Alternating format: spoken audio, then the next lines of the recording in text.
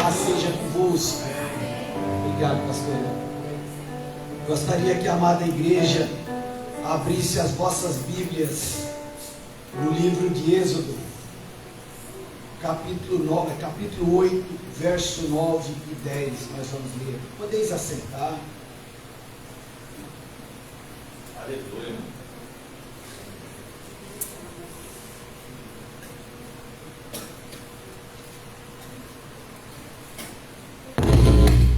Êxodo capítulo 8, verso 9 e 10. Êxodo é logo depois de Gênesis, fácil de achar. Amém? Diz assim a palavra de Deus: falou Moisés a Faraó: diga-me, quando é que hei de rogar por ti, pelos teus oficiais, pelo teu povo, para que as rãs seja retirada de ti e das tuas casas, e fiquem somente no rio? Verso 10. Ele respondeu: amanhã. Curve a tua cabeça. Glorioso, soberano Deus, te peço, Senhor, que abra o nosso entendimento, que o teu Espírito Santo que habita em nós e que está aqui possa falar conosco, Senhor. Que o Senhor use da minha vida para que eu possa ser canal entre ti e a igreja. Usa da minha boca, Senhor. Fala através da minha boca tão somente o que tu queres falar. Me coloca à tua disposição. Todo o meu ego caia por terra em nome de Jesus. E que a evidência aqui seja tão somente do teu Espírito Santo. Eu oro e agradeço em nome de Jesus. Igreja, aqui uma situação quando o povo de Israel era escravo lá na terra do Egito, e como é do conhecimento de todos, Deus escolhe Moisés para ser o libertador ali do povo da escravidão, e Deus então ordena que Moisés lance ali 10 pragas, até que Faraó permita que o povo saia do Egito. E nessa praga das rãs aqui era apenas a segunda praga, mas Faraó ficou ali com a sua casa, com o seu palácio, seus oficiais, o seu povo, todos cobertos ali de rã. E ele chama Moisés então e diz para Moisés: ora a teu Deus, para que todas essas rãs vá embora, eu deixarei o povo ir. E Moisés pergunta para ele: quando que eu devo orar para que as rãs se retirem da tua casa, da casa dos teus oficiais, e fiques tão somente no rio? E interessante, eu diria que talvez para a de Moisés, não de Deus, né? Porque Deus é conhecedor de todas as coisas, mas eu diria que talvez ali para a surpresa de Moisés e de Araão, que estava diante desse rei, ele responde: amanhã. Agora eu pergunto, se ele queria tanto que as rãs fossem retiradas, se ele estava tão incomodado, por quê? O correto seria ele falar: eu quero que ore agora, eu quero que ore já, eu quero ficar livre. Quem que não está passando por uma grande aflição, um grande mal, e não gostaria que alguém orasse e que aquele mal fosse embora imediatamente? Eu já fui chamado para orar por muitas pessoas com vários tipos de problema, e eu nunca ouvi de nenhuma delas: ó, eu vou orar, Deus vai te curar. Você crê? Eu creio. Você quer ficar curado? Eu quero. Eu nunca vi ninguém responder: eu quero ficar curado amanhã. Ó, eu vou. Só que Deus colocou no meu coração: mundo, quando é para receber os milagres, querem receber no momento, na hora. Mas as pessoas, quando é para se voltarem a Deus, quando é para deixar o pecado, muitas vezes as pessoas protelam. Muitas vezes as pessoas estão vivendo e levando uma vida de pecado e têm consciência disso, mas elas falam: amanhã eu deixo o pecado, eu vou ficar aqui no meu irmão só mais hoje, e amanhã eu vou começar a fazer tudo certo. E Faraó, embora estava incomodado, mas ele era astuto. Satanás endurecia, Satanás falava ao seu coração, e ele também ali, ele estava testando, querendo, como se pudesse pôr a Deus à prova. Ele estava querendo ganhar um tempo, porque ele pensava: quem sabe, eu vou lá orar aos meus deuses, vou falar com os meus deuses, e essas rampas vai embora. Ou seja, ele queria ganhar um tempo aqui. Mas eu queria que você abrisse agora no livro de Apocalipse, último livro da Bíblia, Apocalipse capítulo 2, aleluia, glória a Deus. Nós vamos ler aqui a partir do verso 1.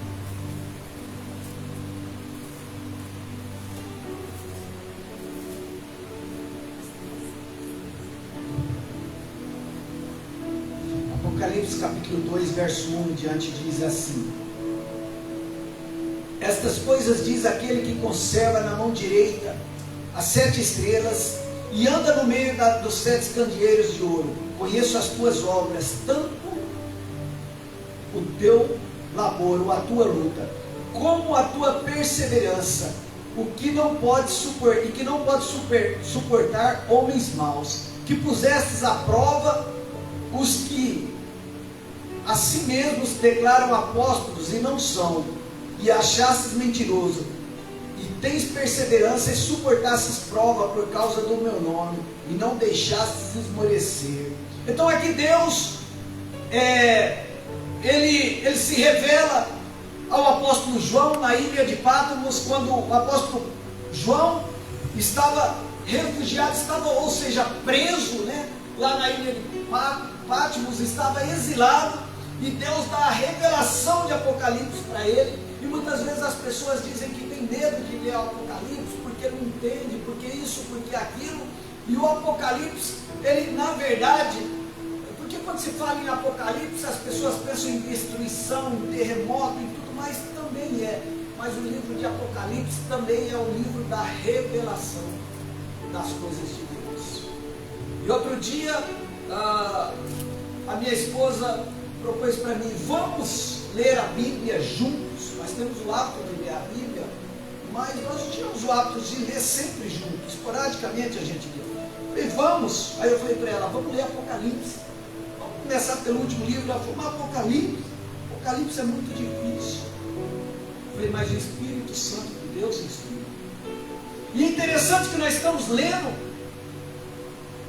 E aí, por que às vezes nós não entendemos as leituras? Porque às vezes eu vejo pessoas falar assim: eu já li a Bíblia 30 vezes, 40 vezes, 50 vezes, eu já li a Bíblia. Mas às vezes as pessoas não entendem, às vezes as pessoas falam: eu leio um capítulo inteiro e não entendo nada. Se você simplesmente fazer uma leitura como se você estivesse lendo uma revista ou um jornal, você não vai entender mesmo. A Bíblia não é para você ler ali, assim como se lê uma revista ou como se lê um jornal, mas você tem que ler capítulo, versículo por versículo, comparar com outras passagens, pedir entendimento a Deus. Está sendo uma experiência muito boa. E aqui, então Deus, ele vem, fala para João escrever para a igreja de Éfeso, e Deus, a primeiro momento, ele manda João dizer para a igreja de Éfeso: olha, eu conheço a tua luta, eu conheço a tua perseverança, eu conheço que vocês têm suportado lutas e provas por causa do meu nome.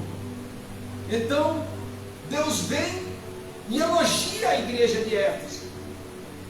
Só que no versículo 5 e 6, Deus fala: tenho porém contra ti. Aí Deus fala: tenho porém contra ti que abandonastes o primeiro amor. Verso 4: tenho porém contra ti que abandonastes o teu primeiro amor. Verso 5: lembra-te, pois, de onde caíste, arrepende-te e volta à prática das primeiras obras. E aqui, o que acontecia com a igreja de Éfeso? A igreja de Éfeso era uma igreja, um povo que trabalhava, era um povo que se aplicava na obra do Senhor, era um povo que tinha temor das coisas de Deus. Diz aqui a palavra de Deus no verso 2, que eles não suportavam o homem mau, o homem pecador. E aí você para e fica pensando: mas então por que Deus está reclamando dessa igreja? Isso é a igreja que trabalha, isso é a igreja que é envolvida com a obra de Deus, isso é a igreja que não suporta o pecado. E aí Deus vem e fala no verso 4 e 5: mas eu tenho contra ti que abandonastes o primeiro amor. O que eu entendo aqui? Que Deus estava chamando a atenção dos povos ali de Efésios, da igreja, porque era, embora uma igreja fervorosa, uma igreja que temia a Deus, uma igreja que buscava a Deus, mas uma igreja que tinha se esquecido de praticar o amor. Era uma igreja que estava mais preocupada em apontar os erros das pessoas, em condenar, em julgar as pessoas, do que amar. E muitas vezes nós fazemos isso, porque aquele não vai para o céu por causa disso, por causa daquilo, é um pecador, é isso. E a pergunta que se faz necessária: mas o que eu e você temos feito quando temos enxergado o pecado na vida da pessoa? Temos amado? Temos praticado o primeiro amor? E qual é esse primeiro amor? Que Deus revela para João, que Deus pergunta, que Deus requer de João. O primeiro amor é aquele amor de quando nós nos encontramos com Jesus pela primeira vez em nossas vidas, quando nós recebemos Jesus como nosso Salvador, e nós ficamos apaixonados, nós ficamos encantados, e nós queríamos e falávamos de Jesus para todo mundo, para os nossos parentes, para os nossos amigos. Toda hora nós estávamos falando de Jesus, e às vezes éramos até chatos, inconveniente. E por que eu estou falando de paixão? Porque paixão é diferente de amor. O amor permanece. Lá em 1 Coríntios fala que o amor nunca acaba, o amor sempre permanece. Mas a paixão acaba. Então Jesus está chamando esse povo a se apaixonar novamente por Ele, a sentir aquele fogo queimando de quando conheceu Jesus pela primeira vez, de quando teve um encontro. E quem sabe Jesus está chamando eu e você a voltar a esse primeiro amor. Às vezes os casais se separam, e quando você vai conversar, às vezes não tem um motivo, às vezes forte o suficiente para se separar, embora eu acho que não exista motivo para se separar. Casamento é eterno, é para a vida toda. Mas os argumentos geralmente é que o amor acabou. Mas está contrariando a palavra de Deus lá em Coríntios, que diz que o amor tudo sofre, tudo suporta. 1 Coríntios 13. O amor nunca acaba. Então, na verdade, o que acabou foi a paixão. Mas a paixão pode voltar, porque Jesus está chamando a igreja a se apaixonar novamente por Ele, a se encantar novamente por Ele. E como se apaixonamos novamente por Jesus ou por alguém? É se envolvendo, é tendo intimidade, é se aproximando. Ouça, diz a palavra de Deus no verso 7 do capítulo 2: quem tem ouvidos, ouça o que o Espírito diz às igrejas. E eu estou entendendo que Jesus está nos convidando ao voltarmos ao primeiro amor, a nos encantarmos novamente, a nos apaixonar novamente por Jesus. Amém? Eu queria agora que você fosse no capítulo 2, verso 8. Vai falar da igreja de Esmirna. Ao anjo da igreja de Esmirna escreve: estas coisas diz o primeiro e o último que esteve morto e tornou a viver. Conheço a tua tribulação e a tua pobreza, mas tu és rico. E as blasfêmias dos que a si mesmo se declaram judeu e não são, sendo antes da sinagoga de Satanás. Não temas as coisas que têm de sobreviver. Eis que o diabo está para lançar em prisão alguns dentre vós, para ser dispostos à prova e tereis tribulação de 10 dias. Ser fiel até a morte, dar-te-ei a coroa da vida. 11. Quem tem ouvidos, ouça o que o Espírito diz à igreja. Eu fico arrepiado quando eu vejo Deus mandando João escrever para a igreja de Esmirna, e é só elogio. Deus diz: eu conheço a tua luta, eu conheço o teu amor, e vocês são conhecidos como um povo pobre, mas deixa eu dizer, vocês são ricos. Vocês são ricos. E Deus diz aqui: eu conheço a tua luta, vocês vão sofrer, alguns serão lançados à prisão e até morrerão. E aqui Deus estava falando dos mártires, dos apóstolos que foram lançados da prisão e morreram. Mas Deus diz: ser fiel até a morte, dar-te a coroa da vida.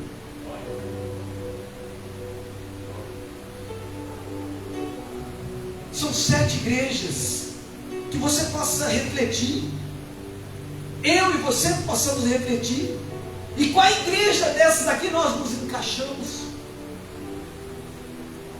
Aleluia, glória a Deus. Capítulo 2, verso 12, ele vai falar a igreja de Pérgamo, e ele diz: ao anjo da igreja de Pérgamo escreve: essas coisas diz aquele que tem a espada afiada de 2 gumes.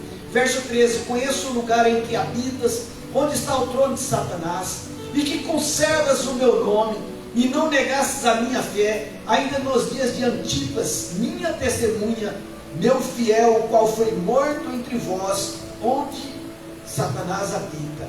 Tenho todavia contra ti algumas coisas, pois que tem aí os que sustentam a doutrina de Balaão, e que ensinava Balaque a armar ciladas diante dos filhos de Israel, para comerem coisas sacrificadas aos ídolos e praticarem a prostituição. Então Deus manda João escrever e falar à igreja de Pérgamo, e Deus, a primeiro momento, Deus fala: olha, eu conheço tuas obras, vocês têm conservado o meu nome, vocês não negaram a fé, mas tem alguns, por isso que ele elogia a igreja, ele não diz que são todos, mas tem alguns no meio de vocês que tolera as doutrinas, ou seja, os ensinos de Balaão. Balaão era um profeta da época que se uniu ao rei Balaque para amaldiçoar o povo de Israel e para falar entre os mais novos, a ensinar a comer coisas sacrificadas a ídolos e a se prostituir. Tenho muito o que falar aqui. Como está cada um de nós aqui no seio da igreja? Como, pergunta novamente, como você se encaixa? Em qual dessas igrejas você se encaixa? Capítulo 2, verso 18. A igreja de Tiatira, ao anjo da igreja de Tiatira escreve: estas coisas diz o Filho de Deus, que tem os olhos como chama de fogo e os pés semelhante ao de bronze. Conheço as tuas obras e o teu amor e a tua fé e o teu serviço e a tua perseverança, e as últimas obras mais numerosas que as primeiras. Verso 20. Tenho, porém, contra ti que toleras que essa mulher Jezabel, que a si mesma se declara profetiza, não somente ensine, mas ainda seduz os meus servos a praticarem prostituição e comerem coisas sacrificadas a ídolos. E aqui no verso 29 ele vai dizer: quem tem ouvidos, vai dizer novamente, quem tem ouvidos, ouça o que o Espírito diz à igreja. Então Deus vem aqui e fala para a igreja de Tiatira, Fala: olha, eu conheço vocês, eu sei que vocês são uma igreja que pratica o amor, um povo de fé, um povo de perseverança, um povo que tem muitas obras, e a obra de vocês tem crescido, tem aumentado, e é até maiores que as primeiras de quando vocês começaram. Mas olha, tem alguns no meio de vocês que toleram Jezabel. Jezabel foi uma rainha do povo de Moabe, que se casou com o rei Acabe, um rei judeu. Fizeram um acordo político, e ela levou o rei Acabe e grande parte do povo de Israel a se prostituir e se curvar diante de ídolos. E ambos, tanto ela como Acabe, foram mortos e foram ali até o seu sangue, foram lambidos pelos cães. Era uma prostituta que levava o povo a prostituir-se. Então Deus vem falar conosco na noite de hoje. Não adianta estar na igreja, não adianta ter cargo, não adianta trabalhar muito, não adianta até praticar boas obras, mas se não tiver a sua vida aos pés de Jesus, não adianta isso que Deus está dizendo. Porque nós podemos enganar ao homem, mas nós não enganamos a nós mesmos e não enganamos a Deus. Quem tem ouvidos, ouça o que o Espírito diz às igrejas. Capítulo 3, verso 1, diz assim: estas coisas, a igreja de Sardes escreve: estas coisas diz aquele que tem os 7 Espíritos de Deus e as 7 estrelas, conheça as tuas obras, que tem nome que vives, mas está morto.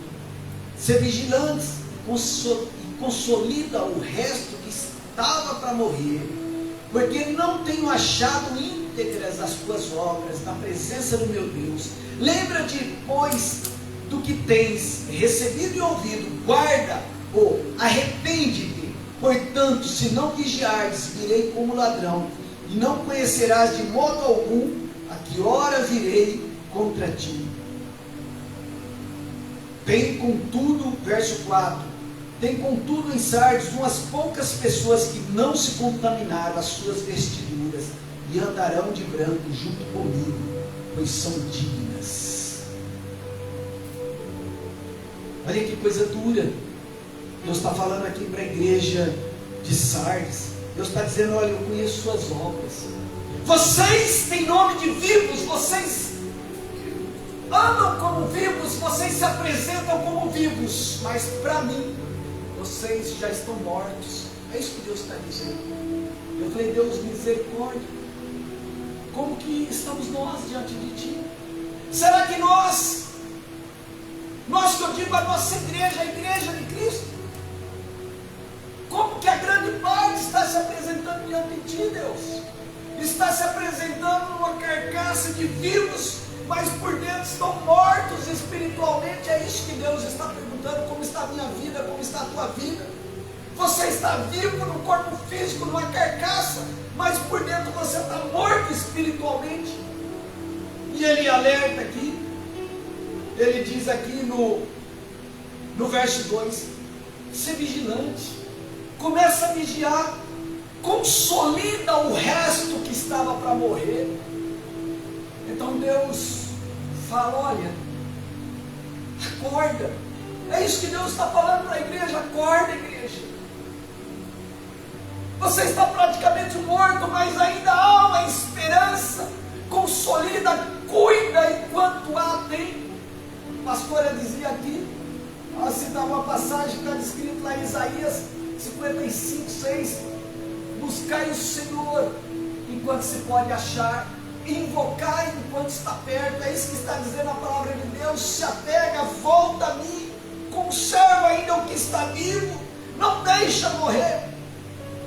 Mas ele diz no verso 4: contudo, algumas poucas pessoas se encontram no meio de vós que não se contaminaram e têm as suas vestiduras brancas. E eu pergunto, igreja, para vocês e para mim, Jesus diz: eu venho sem demora, eu vou me apresentar como ladrão que vem à noite. Se Jesus voltar agora, durante essa pregação, quantos não estão contaminados? Quantos estão com as suas vestiduras brancas para se encontrar com o Senhor? Quem tem ouvido, ouça o que o Espírito diz às igrejas. Oh, aleluia, glória a Deus. Capítulo 3, verso 8.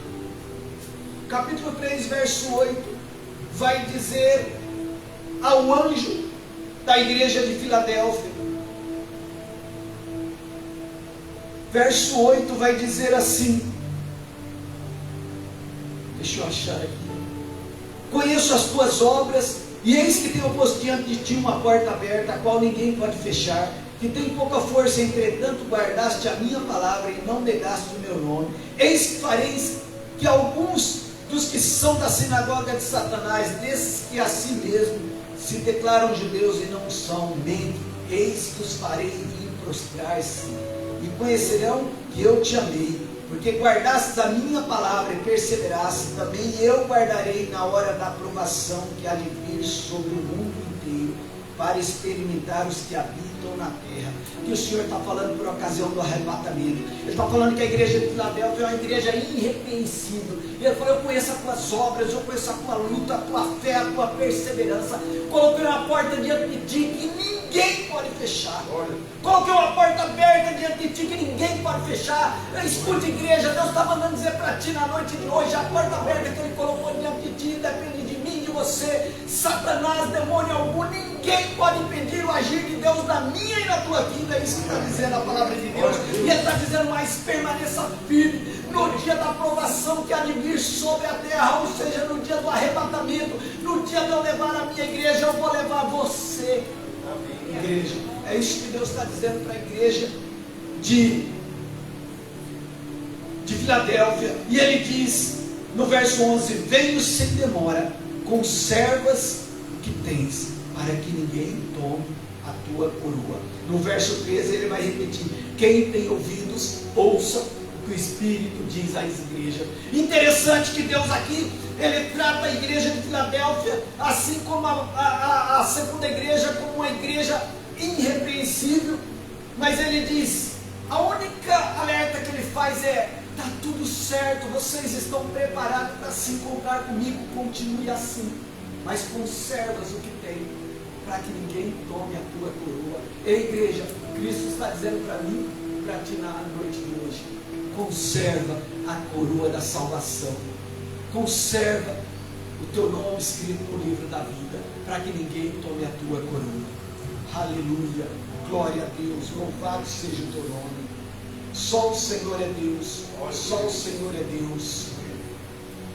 Capítulo 3, aleluia, glória a Deus. Capítulo 3, verso 15 vai dizer assim: ao anjo da igreja de Laodiceia, verso 15 diz assim: conheço as tuas obras, que nem és frio nem quente. Quem dera se fosse frio ou quente, assim porque és gordo, e nem és quente nem frio, estou a ponto de vomitar-te da minha boca.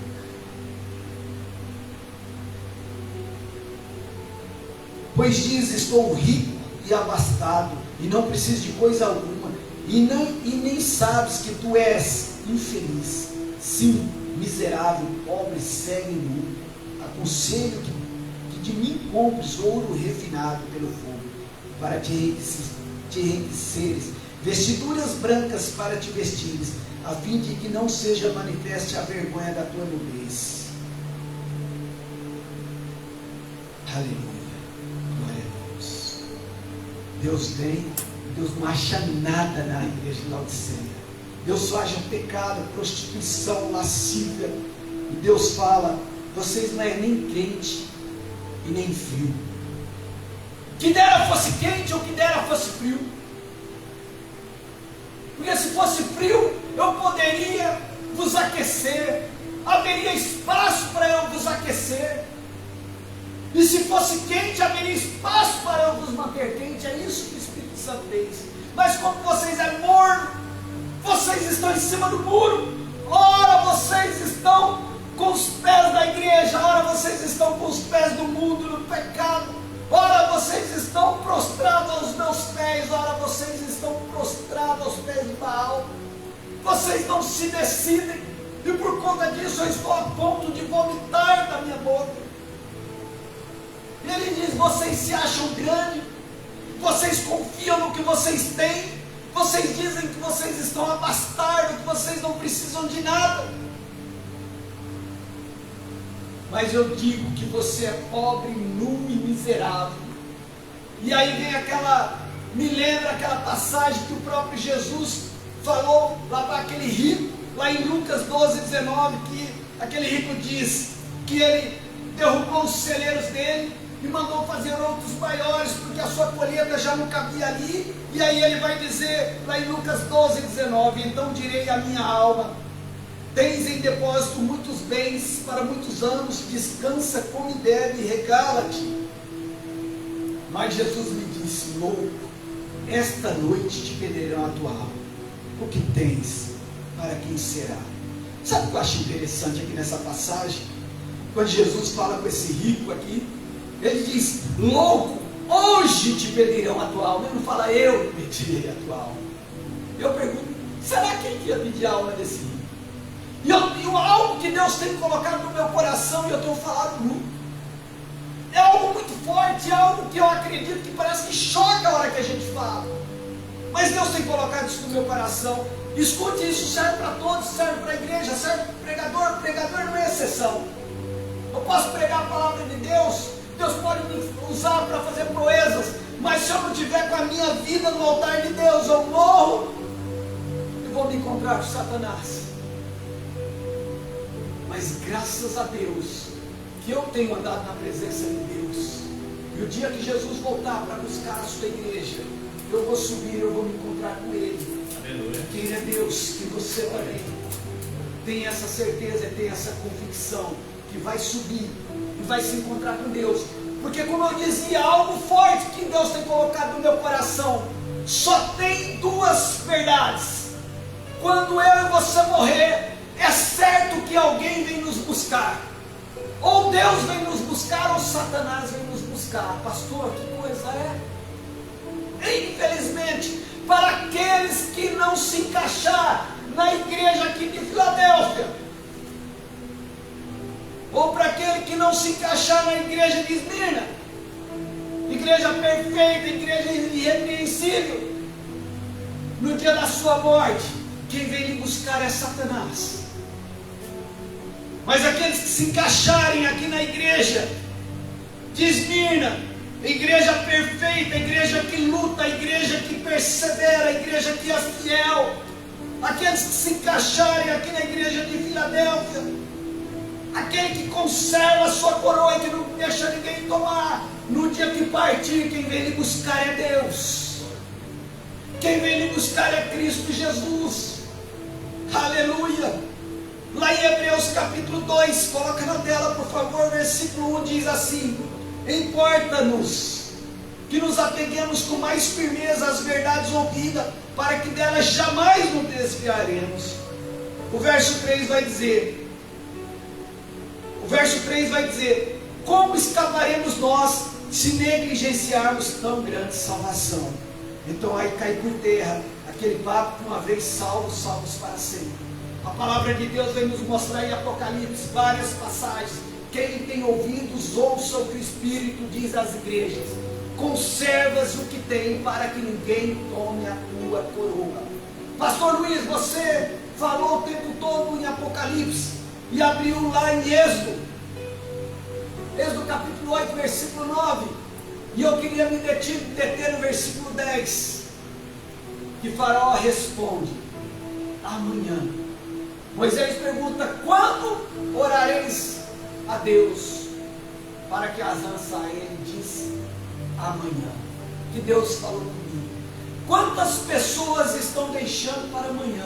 Quantas pessoas estão colocando no seu coração um propósito que é amanhã que vai tomar uma decisão séria com Deus, que é amanhã que vai mudar de vida, que é amanhã que vai se arrepender dos seus pecados, que vai confessar os seus pecados, que vai consertar a sua vida?